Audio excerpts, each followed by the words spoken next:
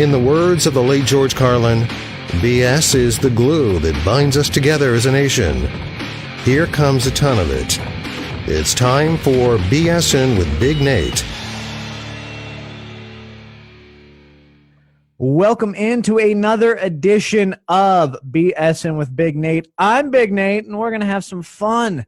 One of my dear friends from college was kind enough to learn some of my radio chops from a man by the name of Calvin Pynn, former host of Demon Army Radio right here in lovely Little Radford at 89.9 FM, Public Radio WVRU. How you doing, Calvin? Dude, I am great, and thank you for having me on. And God, Demon Army Radio, that is a name I have not heard in a long time. I was like, that's. I got to bring up Demon Army Radio. So that's not what Calvin does these days. Calvin is a freelance journalist, WMRA Public Radio up in Harrisonburg, and an online paper called The Citizen. And, well, there's been a lot of news lately, so I figured I could talk about the news, but I don't really know what I'm doing, so let me get someone who is, in fact, an expert. Calvin, have you been staying busy? Yeah, to say the least. It's actually, I guess the best way I can put it is that, at least over the past few months, this is probably the most time and focus I've dedicated to journalism, at least since I've moved to this area in 2015. So it's been something else, and especially with the pandemic, that really kind of affirmed things. So I really just have shifted my focus onto just reporting full time. So yeah. No, that I mean, it's appreciated in this day and age, and it's much needed. Is it dawning on you, or has it dawned on you that right now is certainly of my life, likely of your life, because we're not that far apart, this is the most historical time? Like this is going to be talked about forever in history books, and you're out there on the ground covering it as a part of it. Has that hit you? Yeah, and that's part of the reason why I wanted to. I've been in school this past semester, which obviously that went online, and sort of opened up some, I guess you could say, some flexibility. And that's why I was like, okay, well, I know obviously between these two things, there's one thing that I have to actually focus on. And going on what you were saying there, I actually read an article the other day. It was an opinion piece. I'm pretty sure it was in Vice, about how we're either living in currently or we're about to enter something called the cool zone, which is a concept I had never really thought about before, but makes a lot of sense, because the idea is that right now we're in a time that years from now is going to be really cool to read about, but not so cool to live through. Yeah, I think I actually landed on that same article. I've become lately, that's what I've been doing, is binge watching and binging pretty much everything Vice has to offer. Big fan of Most Expensiveness. Have you watched that? I haven't actually. I used to follow them a lot more than I used to, but every now and then something will come through that'll catch my attention. But mostly, I mean, I guess you could say, yeah, I don't know. I haven't.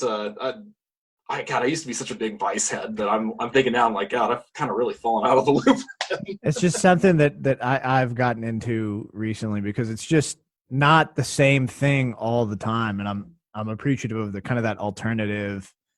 I think a lot of it for me stems from growing up and reading things like Hunter S. Thompson.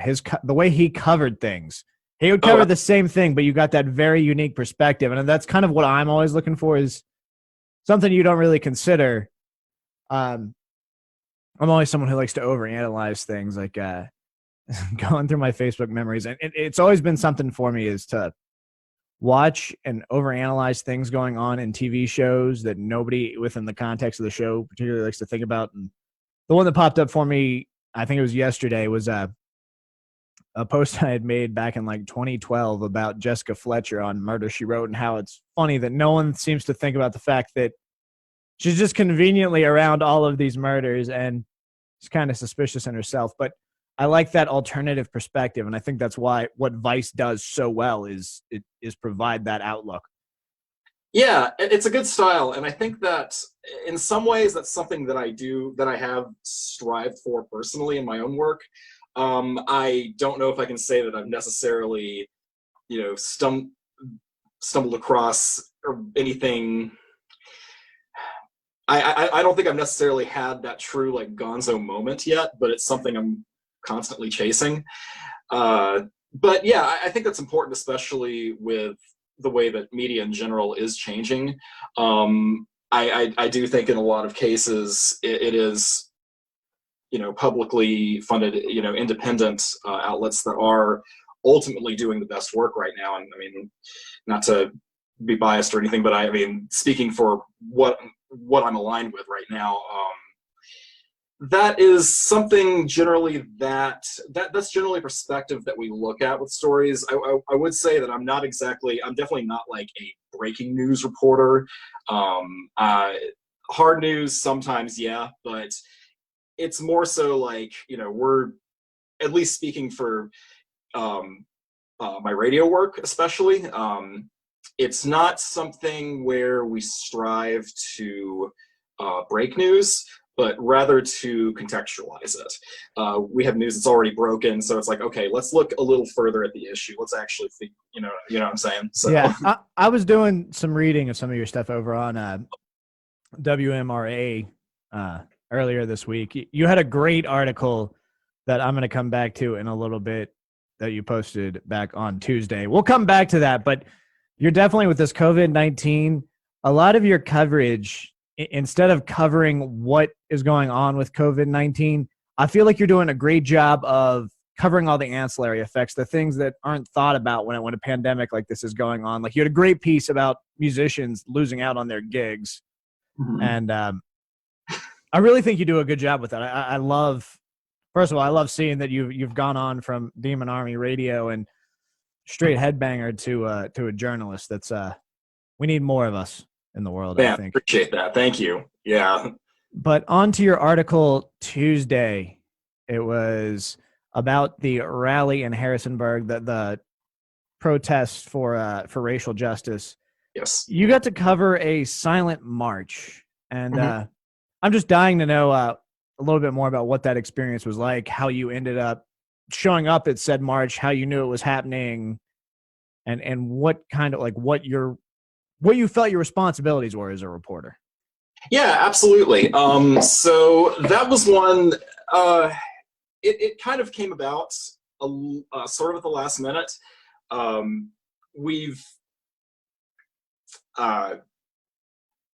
like that. So it was pretty much planned. Like, the rally itself was planned 24 hours in advance, and I learned about it like maybe a couple hours before it actually happened, and reached out to my news director, and I'm like, hey, this is happening tonight. This is right after he reached out to all of us, just to say, hey, if you're going out and covering anything, whether it's with these protests, COVID, anything like that, just be safe, and all that. And I was like, yes, thank you. Well, we've got this happening tonight, so so anyway, I went down there, and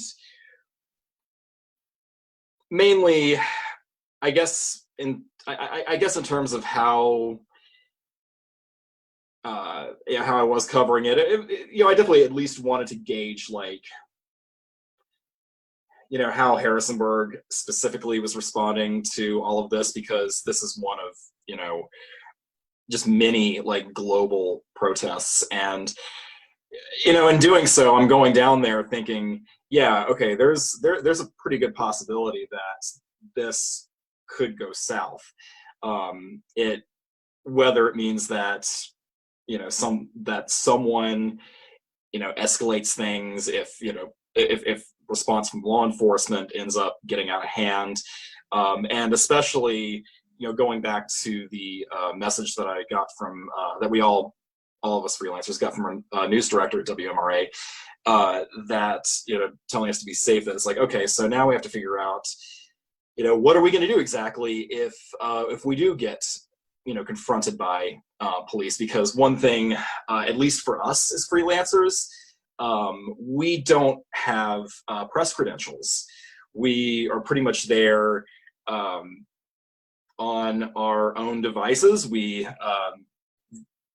if anything's going to identify me, it's going to be, my awkward gaggle of equipment, my my recorder and all the cables. And I decided to wear a WMRA shirt because I figured that would be the easiest thing. But the other thing too is that when I was down there, so as you mentioned before, I also report for The Citizen, which is a newer independent news outlet that started here in Harrisonburg in fall of 2018.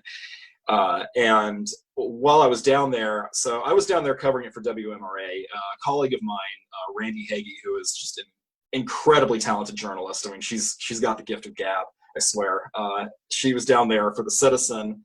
And then another one of our Citizen colleagues, Tristan, who is a JMU student, and was covering it for their newspaper, The Breeze. We all knew each other, through The Citizen. So once we got down there, I didn't know necessarily that they were both going to be down there, but we're like, okay, so we don't know exactly how this is going to go, but at least thankfully we know each other. We can watch each other's backs. And fortunately, it actually went really smoothly. It wasn't escalated. There wasn't any violence. Police involvement was minimal. I think there's a chance there may have been one or two counter protesters in the crowd, but that didn't cause any problems, at least as far as I could see. I mean, it was well over 1,000 people that spilled out to the streets there. Yeah, I guess the main thing I should say with that is that, at least speaking for the protesters and on my own merits for the press, for me and my other colleagues and friends who were down there, we were lucky that we were able to go home unharmed and safe and not tear gassed as it's crazy. You mentioned that you didn't have press credentials, but here's the thing: is with everything that's been going on, that even that doesn't necessarily protect you. You have Oscar Jimenez get arrested on live television on CNN. Mm-hmm. So I've got to ask, you feel this responsibility to cover this, but is there also like a level of fear that does it outweigh it, or do you not even question it? You just nope, got to cover this. Yeah, I think it's definitely more so the latter. I mean, yeah, I think there is definitely a level of anxiety for sure. But it's also one of those things where it's like, I literally have no idea until I'm actually there how this could go. I mean, my predictions can only go so far, and especially if they're based on how all these other protests across the country have been going, which have been very indicative of a an extreme lash against the press, particularly on the side of law enforcement. So it's like, okay, this could possibly happen, but until it actually happens, at least I know, okay, I can identify myself. We'll just take this one step at a time. Yeah. No, I mean, I'm glad that everything worked out. I'm glad that you were safe and that this march was able to go on and be covered and get that message out there. I really appreciate you going out there and doing it. Thank you. It's nice to me to have friends, have people I care about who are also involved and care about this. But looking forward, I got to ask, you working on anything in particular coming up? Yeah, so I can't really talk too much about it right now, but we do have a series coming up on WMRA that's going to be it's basically going to be a group effort between me and our I think it's 5 of us all together. We're working on a series, or we will be soon, about mental health. That's all I'm going to say. We're also most of my coverage for The Citizen focuses on local politics, and we are in the middle of an election for city council. So definitely more of that coming out soon. I'm also currently working on a story about, and I really wish I could talk more, go into more details about this, because God, you're gonna love this one. So Harrisonburg has a house scene, or has a house show scene here, and a pretty notorious event in punk rock history happened here back in the late '90s. So I've been exploring that. So I will say about that is just stay tuned. Well, yeah, I mean, I'm waiting on bated breath for that. So we've talked about the heavy, we've talked about the hard parts of everything you've got going on. So I would like to balance it out with a little bit of light and pick your brain about what you're listening to lately, what you're looking forward to from the music scene this year, because that's something you and I always talked about. So what albums are currently spinning for you right now, Calvin? There have been a lot, surprisingly enough. I mean, thankfully, at least the pandemic has not completely shut down, music releases, even though there have been, some that have been pushed, like Lamb of God's new album. I just listened to the new album from the Ghost Inside today, and that one was really good. It's their first album back since the bus crash that, killed some of their crew and just maimed them to a point where they just had to take a few years to recover. Let's see what else. The new Mr. Bungle album or song that came out today is also pretty awesome. I'd say probably the one that I've enjoyed the most that has come out, at least in the past couple months, has been the new album from this band called Choir Boy. If you know them, I think you'd probably dig these guys, Nathan. They're they've kind of got a Joy Division sort of thing going on. Sort of post-punk new wave. That's right up my alley. Oh yeah, dude. Yeah, I'll send you a link. And the new Hayley Williams, her from Paramore, her debut album. It's amazing how much she's changed and grown. Oh man, I know. You mentioned the new Ghost Inside, and it's really weird. This ties back to the interview I did a few weeks back with Luke Brew of Brew Coffee.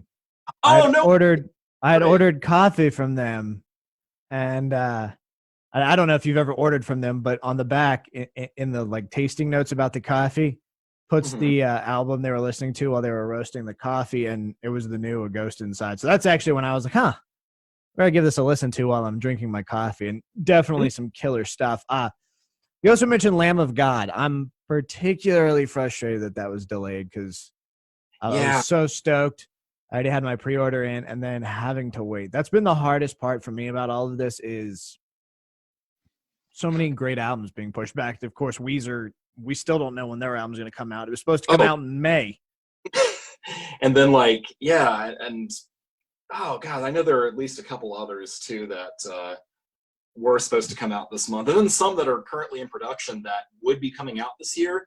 Like Deftones, Chino said that I think he said in an interview not too long ago, of course, the tour with Gojira, which I had tickets to, unfortunately, it has been postponed. And he said that, if there's no tour to support it, then then there's no reason to put out an album while they can't tour on it or something like that. So yeah, it's done.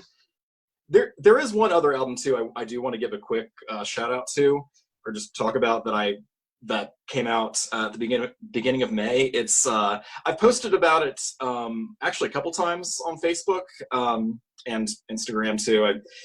It's this band called Ono. They're from Chicago, and they released this album.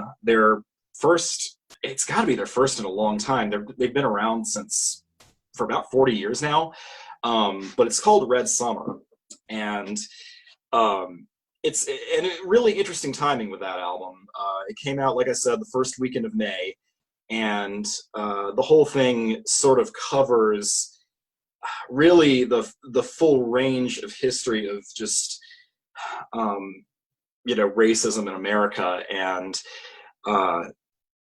it's just it's breathtaking. It's a tough album to listen to, but it's one that's been like one of my favorites. I know the band personally. They're all awesome guys. So I recommend that one for sure. Excellent. There was I think I've figured out though the whole source of the COVID-19 situation. Yeah. I've pinpointed exactly what the universe is doing to us. Okay. Tool, we're going to be touring this summer. Rage Against the Machine, we're going to be touring this summer. My Chemical Romance had gotten back together and we're going to be touring this summer. The universe said, nope, that's too many good things. You can't have it. 2020 is done. Dude, it's so wild that you said that because I was literally thinking that exact same thing like a couple weeks ago. It's like every awesome, amazing, like once in a lifetime or at least once in a decade tour was scheduled for this year. You know, Rammstein was one of them. Faith No More, we're going to be touring with Korn. I know. Which still to me would have been one of the best lineups to ever see. Like the touring aspect of this year is tricky, but I'm hoping everything gets kept together. Everyone sticks together, and 2021 we can actually have some of these great concerts. I hope that Zach and the rest of Rage Against the Machine don't end up fighting with each other. Mm-hmm. Yeah, there's a lot to look forward to in 2021, which is where I'm at now. Are you going to the? Do you have tickets for Rage Against the Machine or? Yeah, and That's yeah, it's useless. I mean, the refund options on that were particularly interesting to me because you could get a refund for your ticket, you could get 150% credit for a Live Nation ticket, and I had to weigh my options. mm-hmm. But I think I'm just going to hold out and hope that I actually get to see Rage Against the Machine because that's one of the bands on my bucket list that I had kind of crossed off as never going to happen. Oh, same. So when that tour was announced, I was super stoked, and it just I think it's worth holding out. I mean, especially just because, I mean, I guess my more optimistic view of things right now is just that, okay, we're experiencing this indefinite interruption with things, but that will hopefully mean that at the end of it, we can just go ahead and resume what we were trying to do before, with hopefully some changes for the better. But at least speaking for the music industry, speaking for live music in general, it's going to come back. And we've had plenty of, and going back to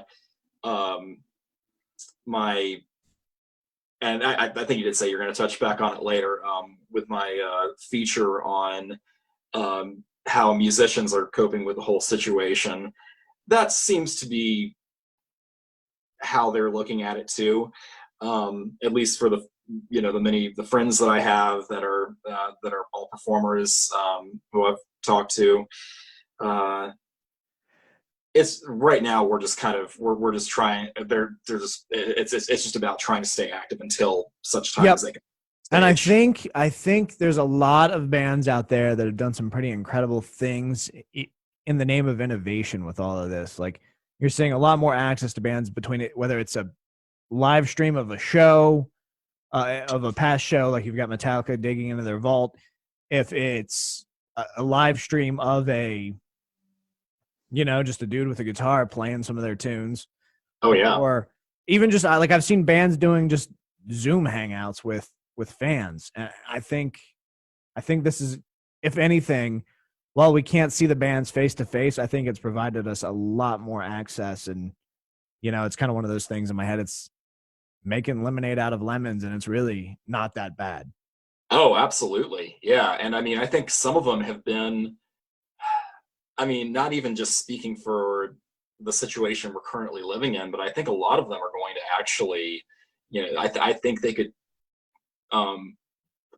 stand alongside some of the more legendary live shows that we've had, otherwise. I mean, the one that comes to mind right off the bat, I mean, really my favorite one that I have watched out of all of them has been Post Malone's Nirvana tribute. The Nirvana tribute was great. For me, the one that stands out is it was right at the beginning of the whole thing. It was Friday, March the 13th. Mm-hmm. It was the first one I saw, but the Jasons, I don't know if you're familiar with the Jasons, but I am now. It's they're a horror punk band, and Dig that. They all dress up like different incarnations of Jason Voorhees, and all of their songs are written from Jason's perspective. So, of course, you got to play a Friday the 13th show. They were en route to Delaware. The event got canceled. Went back home to they just said, screw it, we're going to live stream from our basement. And it's intriguing because at the very end of the live stream, the cops had to show up because they got a noise complaint. And I can't think of anything more punk rock than your online show getting canceled because the police show up. That is amazing. And this is the first I had heard about that. Yeah, it's the most punk rock thing I've ever seen. Oh my God. Yeah, that's wild. It's good stuff. It's over on their Facebook page if you want to check it out. It's definitely an entertaining watch. And I mean, they did make it through most of their set. I think they had been on for like an hour and 5 minutes. So really, more than anything, it was just a really fitting end. They had a full light show and everything. It was wild. Well, Calvin, I want to thank you for coming on. Dude, thank you so much. Pleasure. Yeah, it's been a pleasure chatting with you, and I'll talk to you down the line. Yeah, we'll talk to you down the line, man, for sure.